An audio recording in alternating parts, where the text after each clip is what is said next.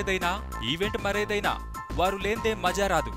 Yes, వారే show openers, anchors. Of course ఎంతో మంది యాంకర్స్ మనకున్నా కేవలం కొద్ది మంది మాత్రమే యాంకరింగ్ ప్రపంచాన్ని ఏలుతున్నారు. వారిలో కొందరైతే లక్షల్లో పేమెంట్ తీసుకుంటున్నారు. అప్పుడే షాక్ అయితే ఎలా? ఇంతకీ వారెవరు, ఎంతెంత ఫీజులు వసూలు చేస్తున్నారో తెలుసుకోరా? తెలుగు యాంకరింగ్ అనగానే గుర్తొచ్చేది సుమ. దాదాపు 15 ఏళ్లుగా బుల్లితెరపై మహారాణిగా వెలిగిపోతోంది మలయాళీ కుట్టి.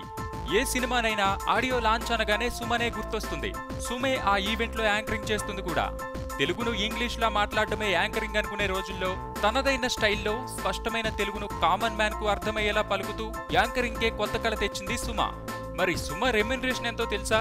60 నుంచి 80 వేలు. అది ఒక్క షోకు మాత్రమేనట. కేవలం టీవీ షోలతోనే ఆమె నెలకు 15 లక్షలకు పైగా సంపాదిస్తోందంటే కళ్ళు తిరిగిపోతాయి. ఇక ఆడియో లాంచ్లు, కొన్ని ఛానల్ స్పెషల్ ప్రోగ్రామ్స్, ఈవెంట్స్ సంగతి సరే సరి. అంటే మరో 15-20 లక్షలు ఎటు పోవట. ఇది కేవలం ఓ అంచనా మాత్రమే.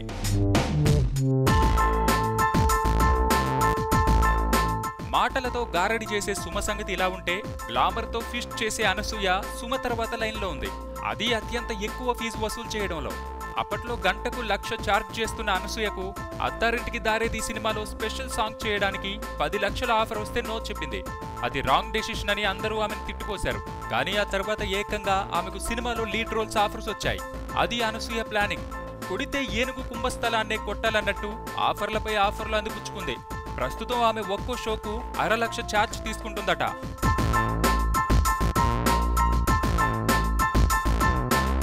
ఇక జబర్దస్త్ కామెడీ షోతో మైండ్ బ్లో చేస్తున్న రష్మి గౌతమ్ ఆ షో కోసం 50,000 తీసుకుంటుందట.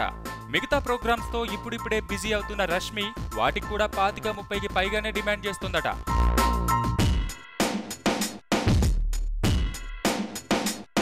ఇక మిగిలిన ఫీమేల్ యాంకర్స్ విషయానికి వస్తే వారిలో చాలా మంది ఇంకా వేలల్లోనే ఉన్నారు. సుమ, అనసూయ రేంజ్ కి ఎదగాలంటే వారికి ఇంకా చాలానే టైం పట్టేలా ఉంది.